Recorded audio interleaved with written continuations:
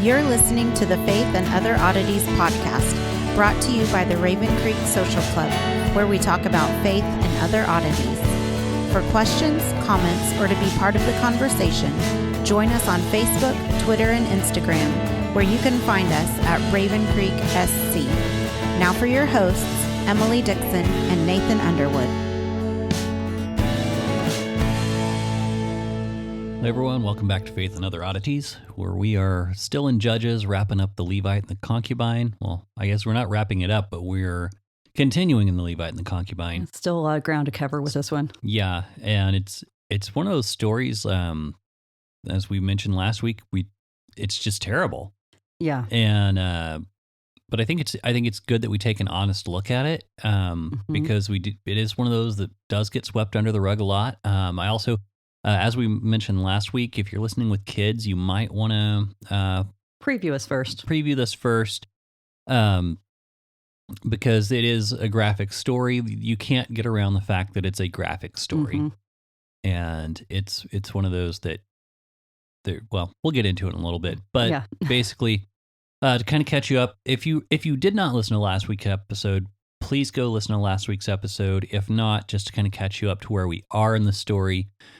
There is a certain Levite from Bethlehem. Well, he was from the hill country of Ephraim. I'm sorry, I was thinking of the other Levite. Yeah. One of the points that tie him together. Yes. So he was, he had a wife. The wife decided she was done with him and went back to her father. He went to her father to get her back. And on the way back, they stopped in the town of Gibeah. And so there just not good. Well, they encountered the old man who takes them in for the night. Yeah, they encountered the old man who took him in for the night. Then much like the story of Sodom and Gomorrah, the men of the city said, "Hey, we have a visitor and we want to have sex with your visitor." And then, which to me just seems inappropriate in so many different ways. And this, and similar to the Sodom and Gomorrah story, the old man says, "Hey, you can have my daughter," and also the Levite's concubine. It's a little twist from the original story. The main difference in this one is there's no angel to blind everyone and stop them. Precisely. So yeah, that's kind of where we left off, and we'll go from there. But I do recommend going and listening to last week's episode before listening to this one, because we did stop kind of in the middle of some very pivotal stuff. So. Well, worth listening to. There was just so much information, and like we said before, the writer packs a lot of information in through little hints and allusions that he expected his audience to know. So we kind of had to unpack some of those things. And I also made the statement at the last episode that I don't really go into the spiritual warfare stuff, and I didn't finish that off. I don't like to go into to spiritual warfare without a lot of background and context, and we just don't have time to get it in the story. So we may return to a spiritual warfare episode sometime in the future, but that is something that we do want to be careful with when we are talking about, because it does get crazy really fast. And I think if we do that, we should probably bring in some people who are a little more versed in some of it as well. I think Doug might be a good resource to pull on that one. Exactly. So yeah, I'm with you on that one, because it is it's a deep topic, but I think that a lot of the violence that we're seeing here, especially given the fact that the sons of Belial are major players, this is spiritually rooted, that there is more going on here than just people are being bad, that there is a spiritual component to it. And we talked about how the first Levite with Micah and the Levite could be bought off and bribed, but this Levite, he couldn't be bought off and bribed, and so he had to be destroyed. Now, that may seem a little weird because he's been messing everything up and hasn't been being such a great guy up to this point in the story. Why would you need to destroy a corrupt leader? Because he's still the symbol of God's leadership. And that's the thing. Even if someone is not doing what they're supposed to be doing, if God has called them to a purpose in their life, they can still be under attack because the enemy knows the potential that lies within them. Right. So we're in verse 25. The men had just surrounded the house, like you said. The old man had offered the women up to them. And number one, the old man has overstepped his bounds. He should not be offering up another man's wife. In case anyone was unclear on that, don't offer for other people to have sex with someone else's spouse. Yeah. Well, and I point that out not because it's just wrong to, do that particular act, but as the wife of his guest, she should have been under his protection. Mm-hmm. But she was seen as being expendable by him, by this old man. And we mentioned before, and this is very important, he told the men that they should not do this evil thing and that they could do with the women what was right in their eyes. He never appealed to Torah. He said, what you're doing is right in your eyes, but it's not what's right in my eyes. And you need to do what I think is right. Mm-hmm. And so, there's a lot of parallels with today's society that everybody gets to define good and evil according to their own standards. And if it offends you, then it's wrong. Or if it doesn't offend you, then it's right. That's not how it works. Right. It's never worked that way. God has a specific set standard that we are supposed to try to adhere to and try to strive for in our life. And when we fail to do that, then there's a problem. So verse 25, I'm going to read it. But the man would not listen to him, so that the men would not listen to him. So the man seized his concubine and made her go out to them. The Levite is the one who seizes her. There's some ambiguity in the Hebrew, but we know from context that's what it is. There's a lot of discussion about it. He seized her and he pushes her out. This is the guy who made the trip, this long journey to speak to her heart. And he is now shoving her out in this mob to fend for herself. And this is where a lot of Christians try to allegorize the story that the Levite is the nation of Israel, that the nation of Israel is actually the concubine.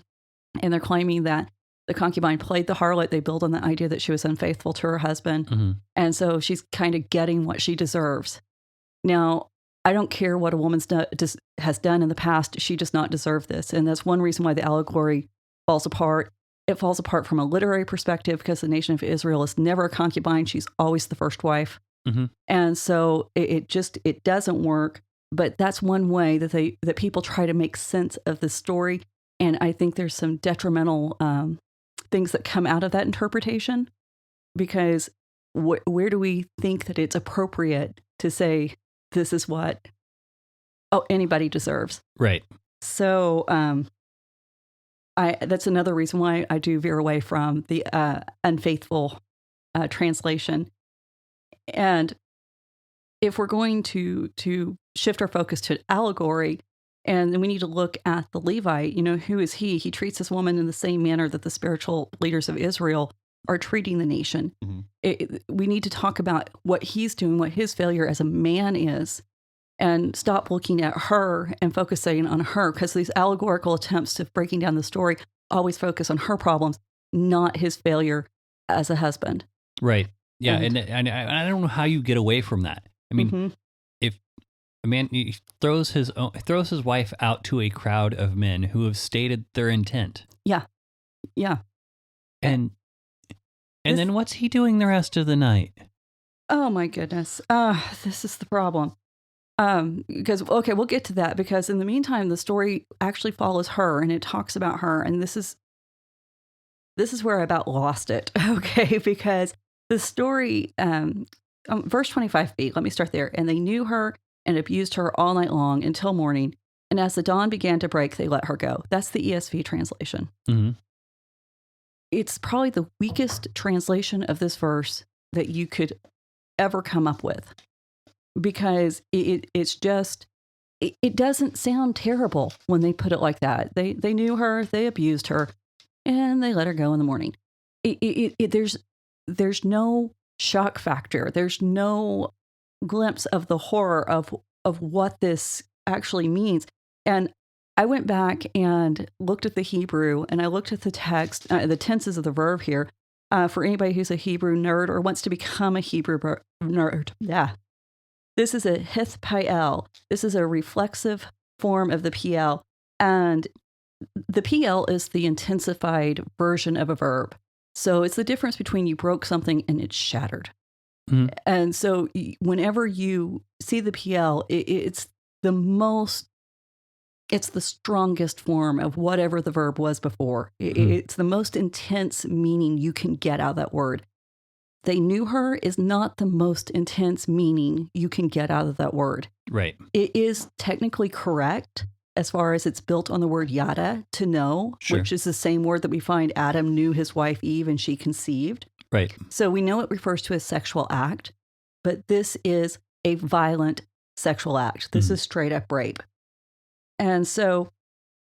Well, the JPS does render it as rape. Yes, and they're a little bit more honest about it. To abuse her, the same thing. It's that same form. And God uses this word when he's talking about what he did to Egypt in the Exodus. Mm-hmm. And so in Exodus 10:2, he says this is how he dealt with Egypt for what they did. And we know what he did to Egypt. He decimated Egypt. Right.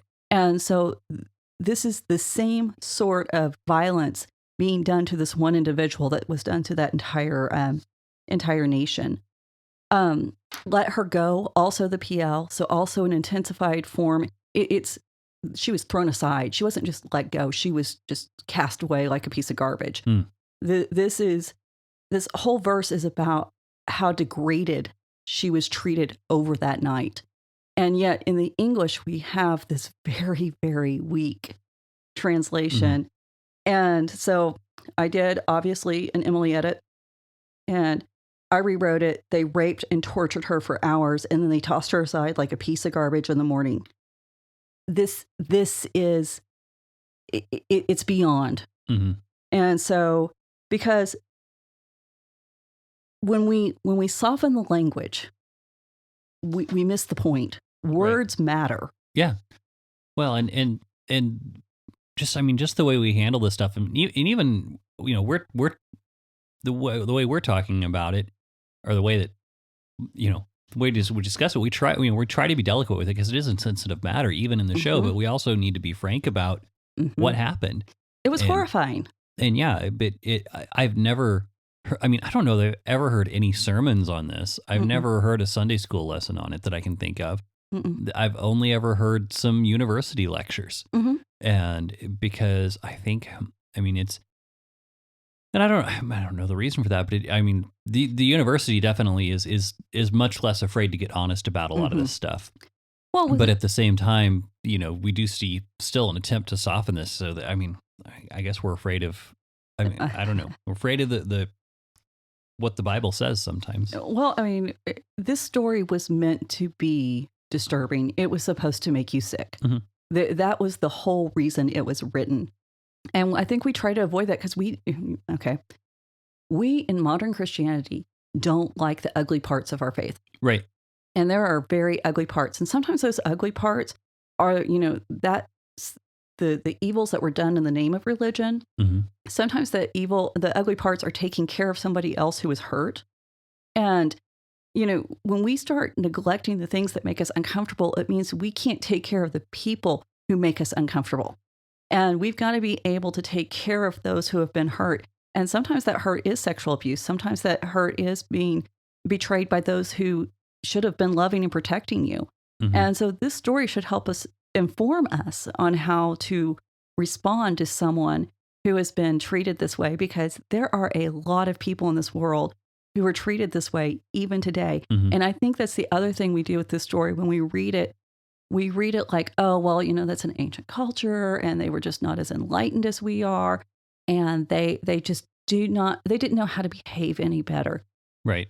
Okay. That's BS. And that's as nicely as I know how to put it, because it's still happening today. And, you know, if you want to get an example of how it's happening today, I pulled these stats from government websites and I pulled them from law reviews. Yeah. So I did not pull these from any kind of Christian source. I wanted to make sure that I went to something that was not going to try to bias this according to what I saw. Sure. But globally, right now, we have 4.5 million sex traffic victims in this world. 4.5 million. 99% of those are women and children. In 2019, the State Department identified the top 3 countries for sex traffic. It's us, the Philippines, and Mexico. Why are we, a Christian nation, in that top 3. Right. There's something wrong there. 1 in 7 of these gals and kids who are sex trafficked are runaways. Mm-hmm. 1 in 7. It's a $99 billion a year industry. Mm-hmm. That means that there's enough people out there willing to pay to engage in this kind of behavior that $99 billion are raised. So what are we doing about it? We're prosecuting fewer cases. Mm-hmm. Every year, the United States has prosecuted fewer and fewer cases for sex trafficking than we have the year before. And why?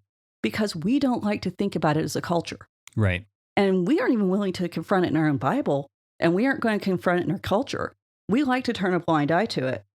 Almost every study out there. Okay, so this is where it gets real. Because I know most people listening to this, well, I've never bought or sold another human being. Right. I haven't been party to this. Every study out there shows that porn is the number one contributor to this. Mm-hmm. It increases the demand for sex trafficking. It desensitizes viewers to accept more violent sex acts against women, causes viewers to seek and recreate pornographic scenarios, serves as a way to advertise sex trafficked victims to potential buyers, relies on sex trafficked victims as actors, and the experiences recorded by those who have been trafficked, pornography actors, and prostitutes are virtually indistinguishable. Sorry. This is from the Northwestern Law Review, if you want to look that up. Catherine McKinnon said, just throwing money at victims of sexual abuse does not make it a job. Taking pictures of it does not make it freely chosen or desired. Mm-hmm. Porn is the go-between between sex trafficked victims and those who are going to abuse them. Yeah, I didn't look at the statistics from the same place you did. I actually, a few years back, it's been a couple of years ago, I started, actually did some part-time work for a company that wrote sermon outlines, and I was tasked with, what was I doing? Proverbs, and I think that was the one where there was, talk of, you talk about adultery and things like that, and well, it was made for a youth series, and, in Proverbs, it talks about, not sleeping with your neighbor's wife. Right. But, hopefully not too many of our kids and youth group are dealing with that particular situation. I mean, I know it happens, unfortunately. Yeah. But I talked about it, and I referred to it as we outsource our lust and our sin. And I looked up when I was rummaging through statistics, I was just, by the time I was done with that, I messaged my editor and I said, I do not ever want to look up another statistic on sex trafficking again. Yeah. It's just absurd. The rate. And again, you talk about how far we're removed from this primitive culture that would do a thing like that. And like you said, we outsource it. And we can keep our hands clean. Yeah. And whenever we talk about even violence, think, well, look at our entertainment. Look at video games. Look, it's there. Yeah, it's right there. The only difference is we don't actually have to go anywhere to get it. Yeah, and it's it is heartbreaking whenever you start looking at all this stuff. And yeah, that's it. When I started, I've known porn's been a problem for a long time. For anybody who wants more information on that, check out my book Scandalous. And that's just not a plug, but if you want to know something more about that, I share my story with that because my ex-husband was addicted to pornography, and I kind of got to look into this, and I began studying it to see what the effects were and what are we dealing with. It was something I did out of self-preservation, and it helped me to know that, number one, what I was dealing with was not isolated, that I was but at the same time, it was troubling because it would be so much better if it was just me in isolation dealing with it, but it's not. And we can't fall prey to that trap of, oh, well, that's the world. Right. Okay. Right. Just like in this story, these were Israelites doing this.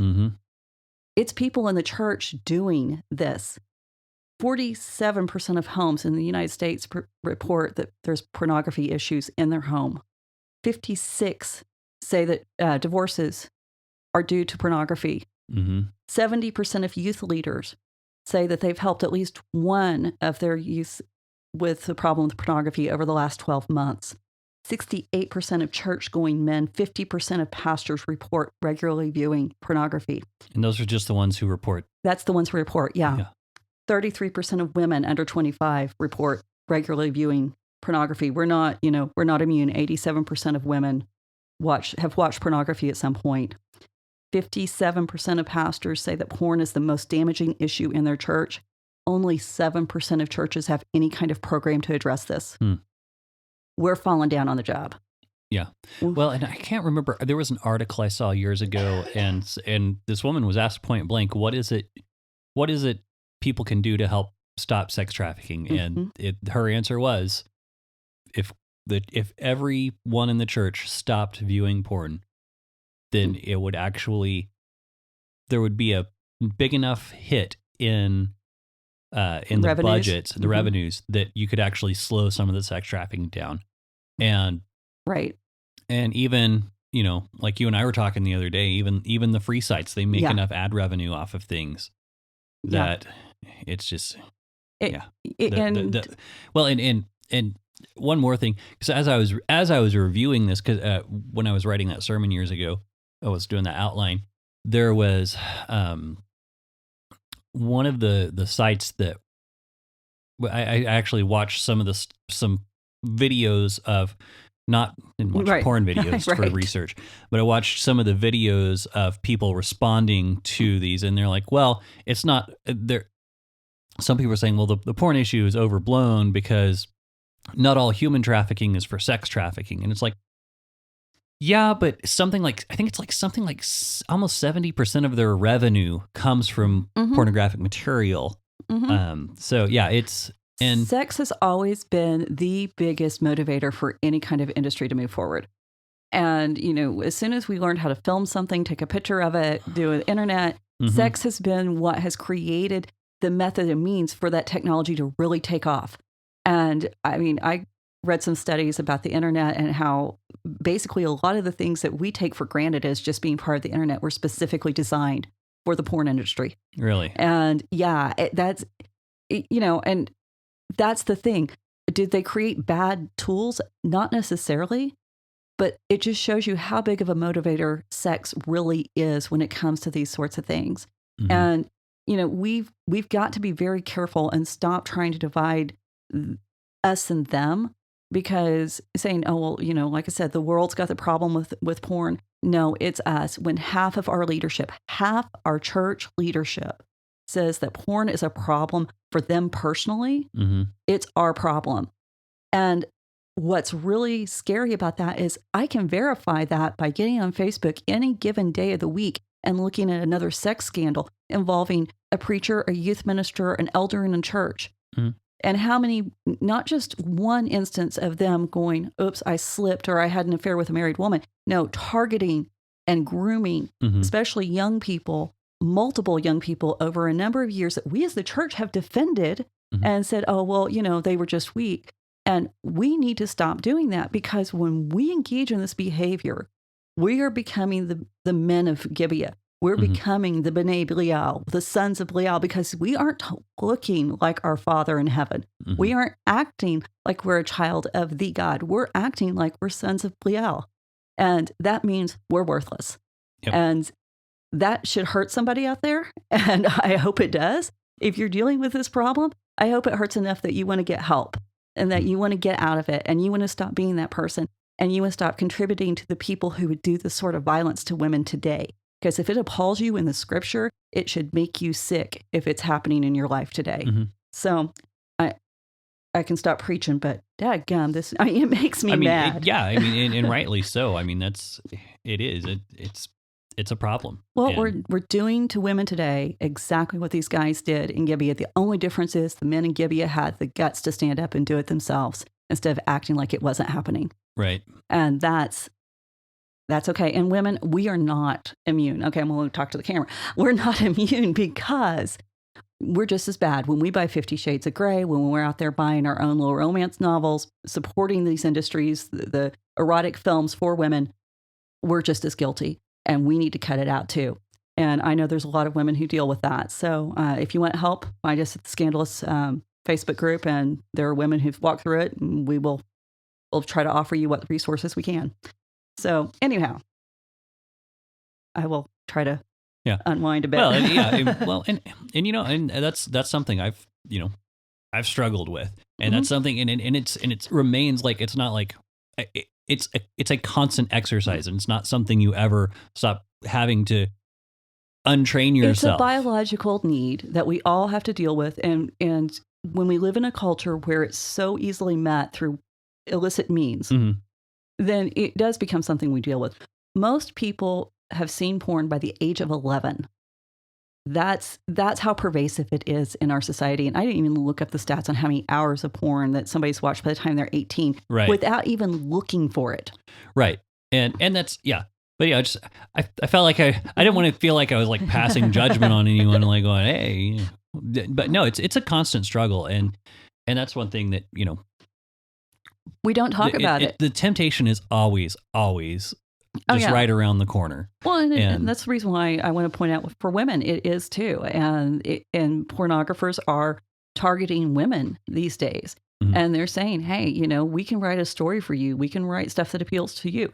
And the other thing we're seeing is, if you're going to be a good liberated woman today, then you own your sexuality by having all these sexual partners. Maybe you want to film it. Maybe you want to take pictures of it. Now you're showing how powerful you are. Right. Yeah. Why do I have to adhere to your standard of what my sexuality should look like in order to prove I'm empowered? Right. If I tell you no, I'm empowered. Right. Exactly. Yeah. So Well, and there was some celebrity years ago said she didn't want to have sex till she was married, and the media just tore her up. And it's like, well, wait, you're saying it's her body, her choice. That's her choice.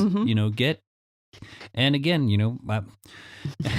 it's a fine line to walk with the discussion, as far as like, you don't want to be a prude. I mean, right. But and we want to be honest about stuff, but we don't want to, It's hard to have the conversation because so often in the church we've avoided it, just like we avoid this passage, or we have sensationalized it and made it so out there as kind of a, let's scare everyone away from it. And realizing, no, this is part of humanity that we have to deal with, and it's part of ourselves that we have to deal with, and that we all have the capacity of doing really evil things if we're given the opportunity. And that's just the thing. We are given the opportunity. And, one of the things with the porn industry today, it's in your home. You don't have to worry about someone seeing your car out in front of the dirty little bookstore anymore. Right. You can, click an ad and have somebody show up at your house to do whatever you want to do. You never have to reveal your identity to anyone. And it is just you and God who knows about it. And so that should scare you right there. And, you should be thinking about the fact God really does see what you're doing. And so this, and unfortunately, this story, has bearing in the real world, because I actually know some women who have been sex trafficked. I know one girl who was sold to John, basically, as a kid by her own parents, just like the concubine was here in. Yeah. I can't imagine. And that's the thing. It's happening, guys. This is not just an ancient story. It's still being played out. So we'll get back to the passage. Again, Judges 19, this is verse 26. And it says, and as morning appeared, the woman came and fell down at the door of the man's house where her master was until light. So she returns to the last place that she knew any sort of safety. This is the closest thing to safety she had experienced up to this point. But they're the ones who failed her. And she goes right back to that. And that reminded me that so often victims of this kind of abuse, they go right back to their abusers because it's the only thing they know. And so, she didn't call out for anyone else. She went back to the person who ultimately he's the reason she was abused, not just the men of Gibeah, but her own husband. So verse 27, when the master rose up in the morning and when he opened the door of the house and went out to go his way, Behold, there was a concubine lying at the door of the house with her hands on the threshold. This is one of the most horrible verses in the Bible. You don't get this kind of detail in most Bible stories. Her hands on the threshold. It's deliberately detailed to make you understand what she's going for. She is reaching out. She's begging that the men in her life who should have been protecting her would still be there, this time not to protect her, but at least allow her to heal, allow her to have some kind of mercy after this repeated rape and torture that had gone on all night. And the Levite, when he gets up, he's not looking for her. That's the other thing that blows my mind. He doesn't go out to look for her. He's out to go on his way. He has forgotten about her. Just like the men of Gibeah threw her away physically, he had already thrown her away emotionally and mentally. Yeah, and the only thing I can sorry, I should speak into the mic. The only thing I can think on that is that maybe he assumed that one of the men just took off with her. Yeah. That's the only thing I can think of that even remotely begins to justify that. And then his response when he sees her. Oh my goodness. Ridiculous. Yeah. Yeah. So, yeah. She is the epitome of the victim. Everybody who had been should have been standing in protection over her, from the father who should have negotiated for her to be a wife, not a concubine, the husband, this old man at the house, even the fellow Israelites who should have been her brothers, who should have taken care of her. They're gone. Yeah. And we also have at this point in this verse is a language shift. He's no longer her husband. I noticed that. It says master. He's her master. And this is kind of like, it's like the writer just rips the mask off of him. He's no longer the holy man. He's no longer the spiritual leader. He is somebody who has bought and sold his wife. And he bought her for his pleasure, and then he sold her for his protection. And this is the spiritual leadership of Israel in this day. And his response to her, verse 28, he said, "Get up, let us be going." He should have been on his knees. Yeah.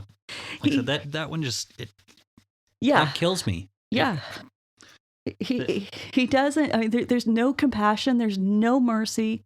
Get up. Come on. This is supposed to tear your heart out and punch you in the gut with how heartless he's being. And it says, but there was no answer. Then he put her on the donkey, and the man rose up and went on his way home. And it gets worse again. Yeah. Now the Masoretic just has, but there was no answer. And we aren't told, is she unconscious? Is she too weak to speak? Is she dead? The Septuagint does say that she's dead, but there's still, it feels like the Septuagint is trying to make it easier. The Masoretic does not have that. The Hebrew does not have that. And, if she is dead, then the men of Gibeah are rapists and murderers. If she's not dead, the rapist and the Levite becomes the murderer. And, either way, it's horrifying. So Block makes this chilling observation. In the evening, the Levite had opened the door to sexual violence. In the morning, he opened it to death. And that was, this story, it's supposed to shake you. Mm-hmm. And that's the thing, when there's this level of violence and graphicness in the Bible that you want to pull away from, those are probably the stories you need to lean into the most. Mm-hmm. They probably have something to teach you. You want a good example of that. Look at the crucifixion. Really look at the crucifixion. Mm-hmm, mm-hmm. Don't just read it at a surface level. Oh, well, Jesus died for our sins. It's not that simple, and it's not that painless. Yeah. Well, and that's actually, this is one of those things where we talk about violence, and I'm not one to, endorse violence for violence sake. Mm-hmm. But I think the fact that we've been able to distance ourselves from so much violence, mm-hmm. Needed violence, even needed violence. Like, we don't get the full impact of these stories in the U.S. Mm-hmm. Oftentimes. And I do think and this is one of those things where I think living on a farm has kind of made things a little more obvious, like, or made it connect a little bit more with us, because we've seen what happens to a dog who gets torn up by another dog in a fight.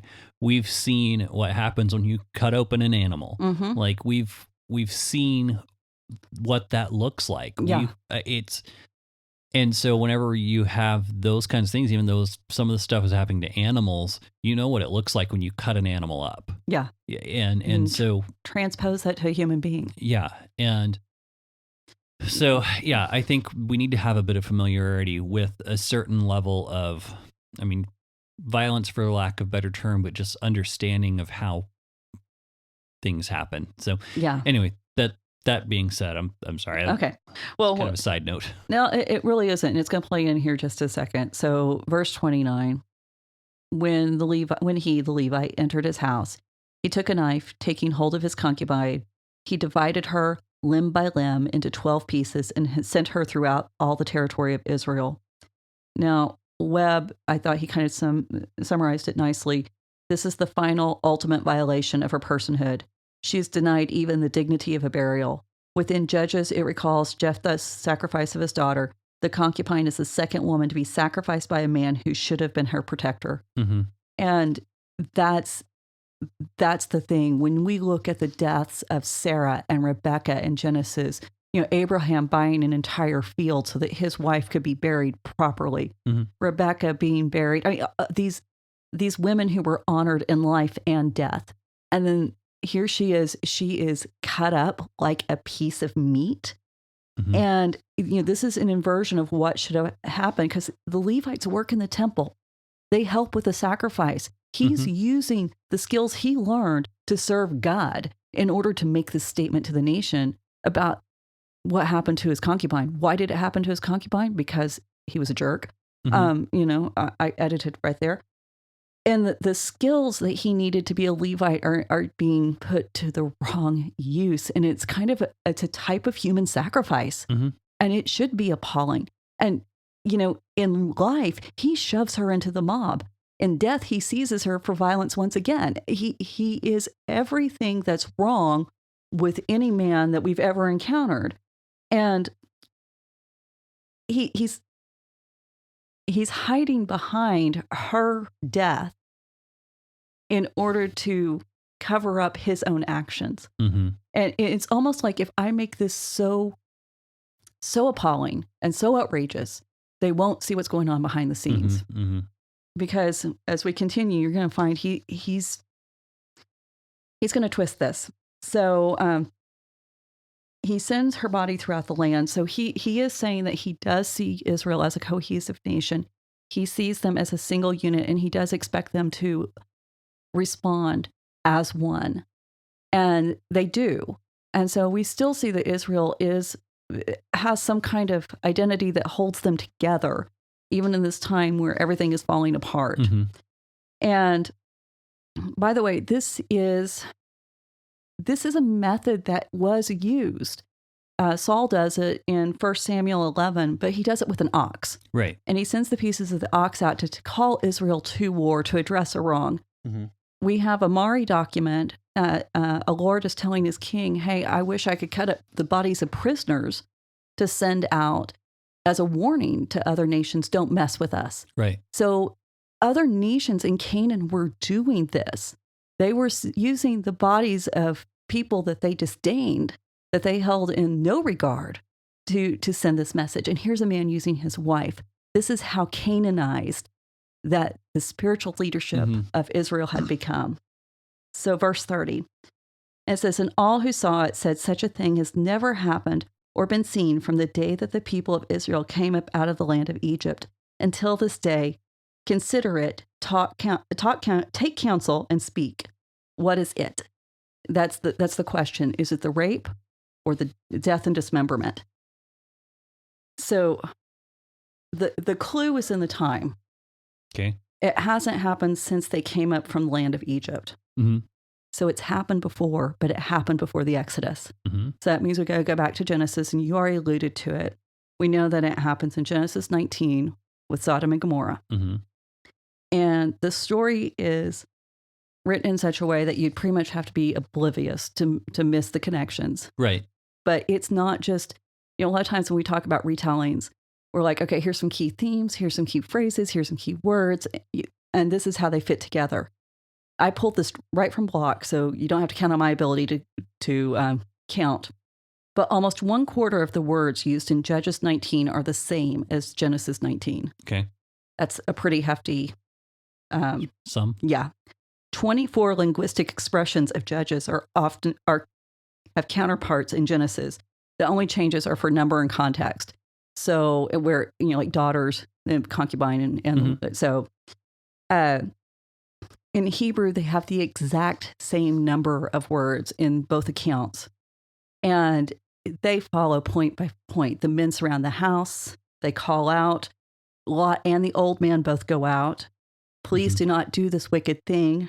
Do not act wickedly, please. It's the same words. Behold, I have 2 daughters. Behold, my daughter and a virgin. Mm-hmm. Please let me bring them out. Do not do to them according to what is good in your eyes. In Genesis and in Judges. Really? Yeah. Okay. Wow. I thought that was interesting. I hadn't noticed that before. That's pretty wild. So for this level of precision, the writer almost had to have the final written form of Genesis in front of him when he wrote it. So that gives us also some ideas on the dating of Genesis. It had to have been written before the reign of Manasseh. Okay. So, wow. Yeah. That's amazing. And it's not to say that this is a made-up event. We're just saying that the writer presented this event in such a way to remind you that this is what's going on. And he's really using it to drive home some points. He's saying that the children of evil, it's kind of fitting. The children of Gibeah are just as, and the children of Israel are just as evil as the inhabitants of Sodom. Right. And evil of this magnitude requires divine intervention to avoid, because at Sodom, like you said, there was that angel with the blinding light. There's no divine intervention here to save her. That's what it would have taken. And it's also saying that evil of this magnitude deserves utter and complete annihilation by God himself. And it helps us understand the story of Sodom even better, because yes, greed and pride and the failure to take care of the poor, this is part of Sodom's sin. We know that from Ezekiel.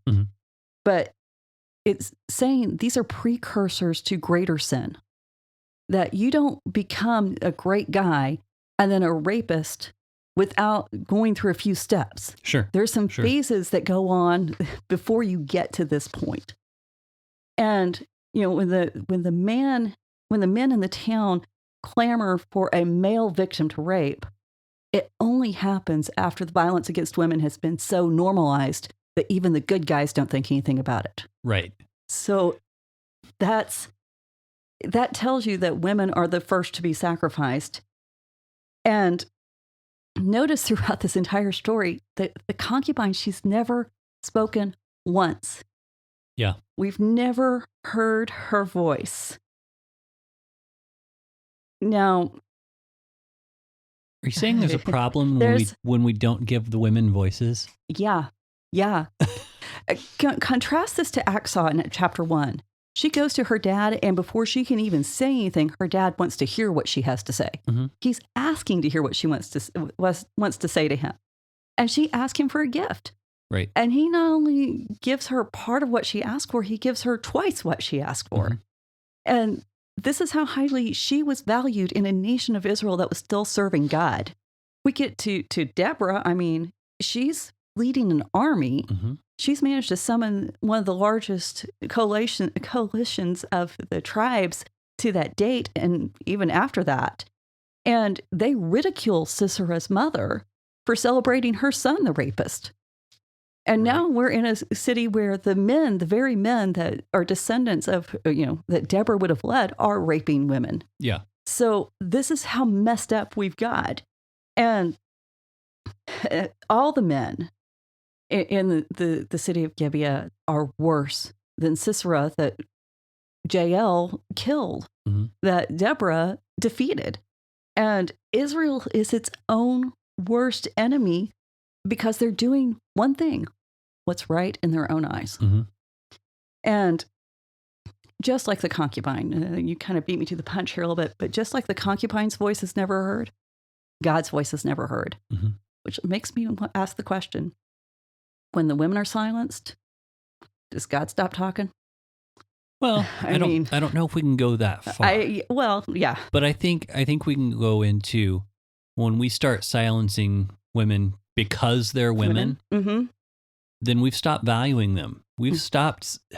I mean, and I don't want to go too much on the complementarian, egalitarian thing, but really, I mean, it's so painfully obvious. I mean, to the point where you've got people just completely discounting what the Bible even says about women. I mean, I heard a pastor recently on the internet, famous one, say that there's no women prophets ever mentioned in the Bible, which is patently false. Mm-hmm. I mean, that's completely 180 degrees out of what the Bible actually says. And when he acknowledged one of them, he says, well, that was more of a musical event now, wasn't it? And yes, the women taught in songs a lot of times when they were prophetess, but guess what? So did most of the prophets. Exactly. So anyway, I don't want to get too far on that, but I when we start, we're treading dangerous ground when we start silencing anyone just because of who they are. Well, go back to Deborah's song when she's, the opening words, teach this at the watering wells, at where people gather, teach my words, teach my songs.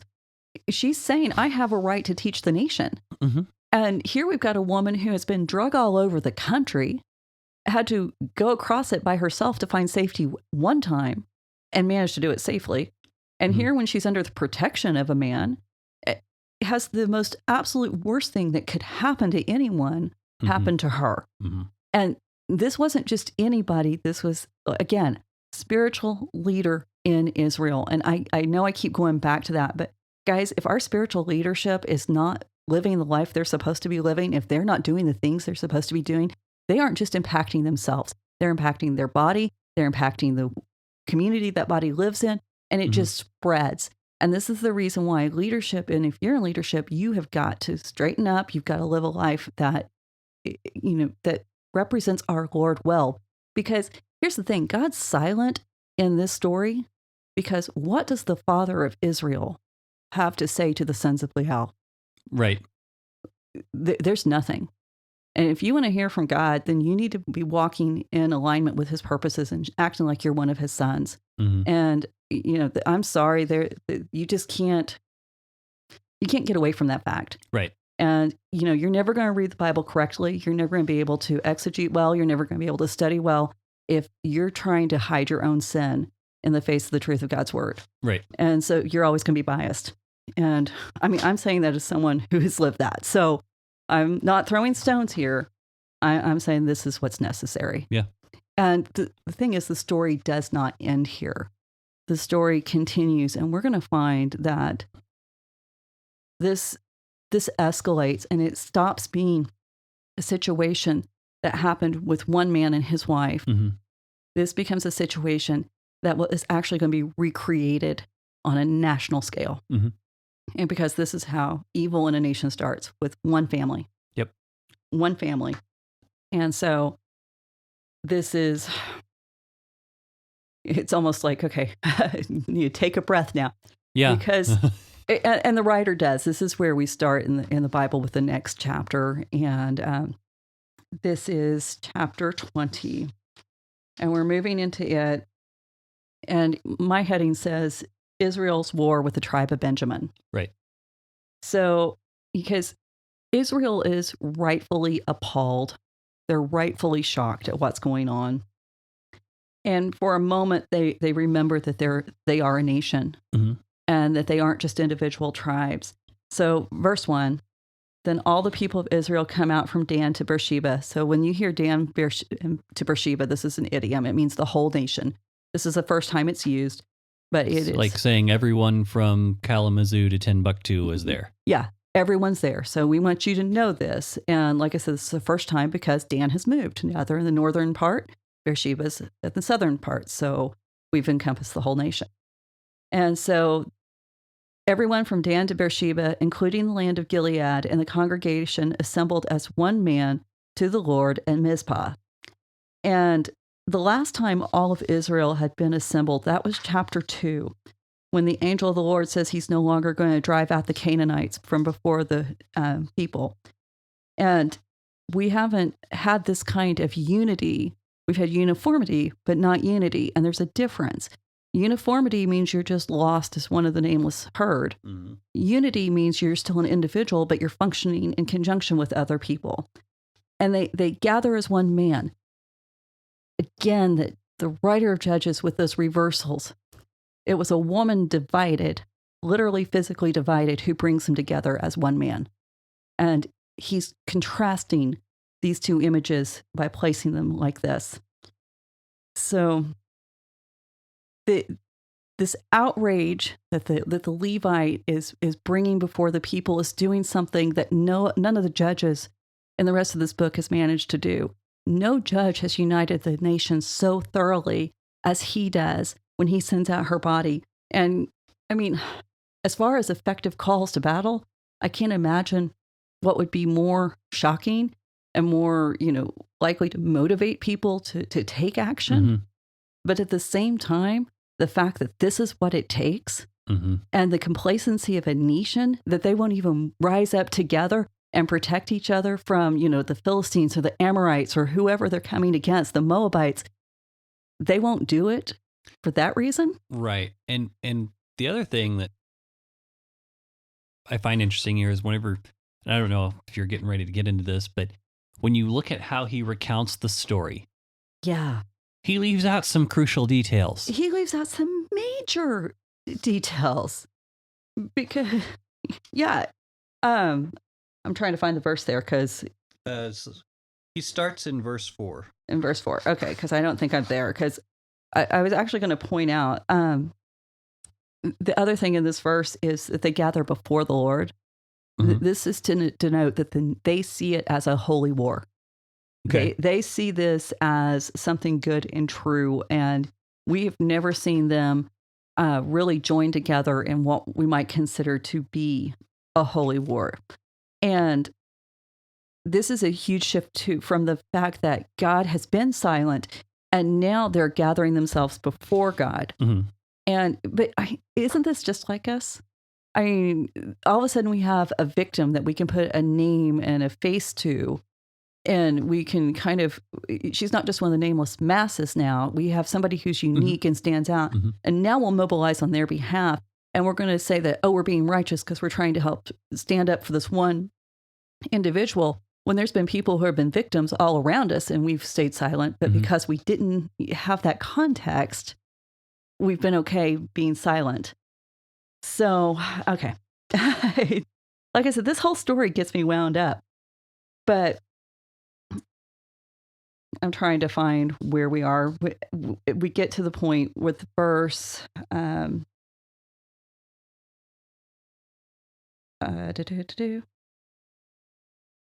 Which part are you looking for? I don't even know at this point. But you get so wound up, you got off track on your notes. I did, because it does make me so mad. So you got to verse 4. I will note it real quick. Benjamin is the only tribe who's not present at this assembly. So even it says they were gathered as one man, we find out later Benjamin's not there.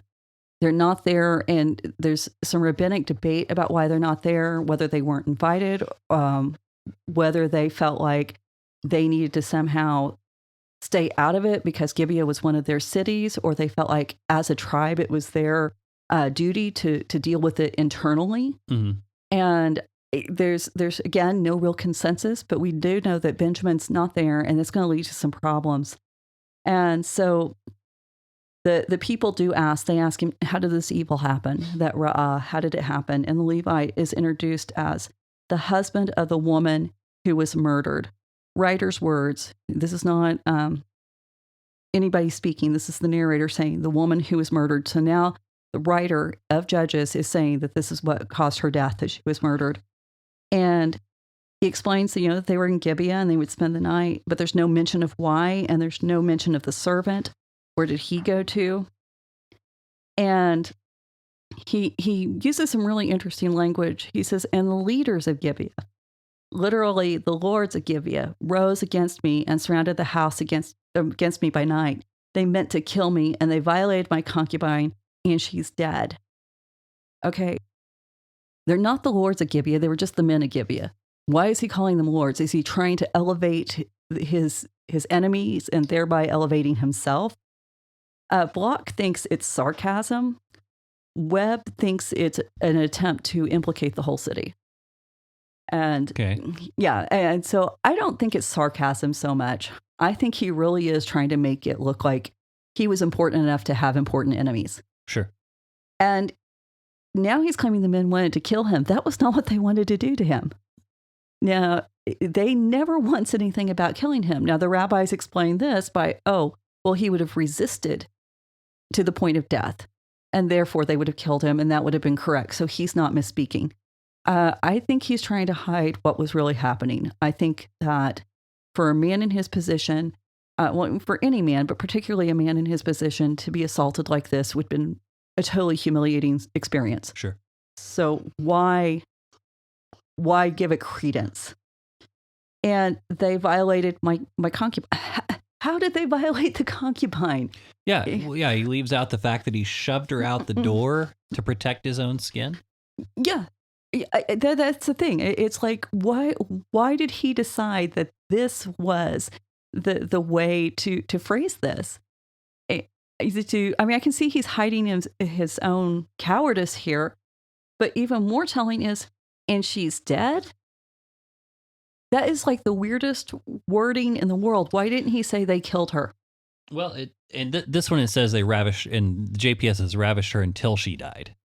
So I don't know. Yeah, well, and that's the JPS reading into also the actual Hebrew there, because it is very literally, and she died. It's there. Why did he not put that directly back on them? He actually leaves the door open that he is just shy of admitting that he's the one who killed her. It's kind of a word game here with him. Yeah. And we've already seen that with him before when he was talking about, I'm going to the house of the Lord. Look at me. I'm so pious. I'm making those trips so I can do my duty.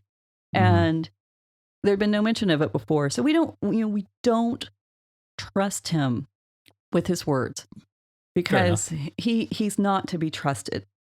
And could it really be that it wasn't the men of Gibeah who killed her, that it was him? The Hebrew leaves it open to that speculation. And okay. I think it's supposed to be left open to that speculation. I think you're supposed to be constantly wondering who the ultimate murderer was. Yeah. As if, that's the most horrible part. It's not. But at the same time, I almost think death was probably mercy at that point. But at the same time, you're supposed to wonder, how bad is this Levite? Yeah. Well, he's not an upstanding citizen by any stretch of the imagination. Yeah. And you notice that in this scenario, he's really making it, they were trying to kill me. This is the horrible part. They were trying to kill me. Mm-hmm. And oh yeah, this happened too. And so now I need you to do something, not because she's dead, but because they were trying to kill me. And this is going to mobilize the entire country, and it's going to tear the country apart, and it's almost going to destroy an entire tribe. And it's interesting to see how this plays out, particularly as it is the setup for 1 Samuel, right, and what happens with the opening of Hannah there. So I think it's probably a good place to put a semicolon for the week. Yeah. That's good a place as any. Right. Until we get to the end of this story, which we can't come soon enough, really. Right.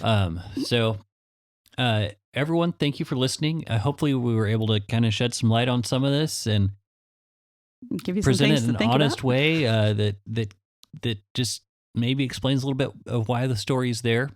Mm-hmm. If you did like what you heard, please hit the subscribe button, give us a review, share us with a friend, maybe start with a different episode.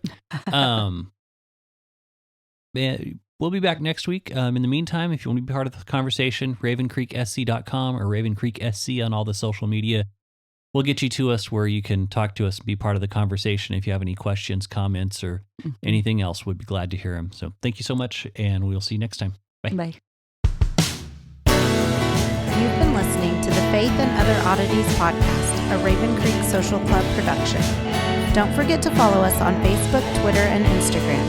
If you like what you've heard, please write us a review on iTunes or consider supporting us on patreon.com/RavenCreekSC. As always, thank you for listening, and don't forget to join us next week.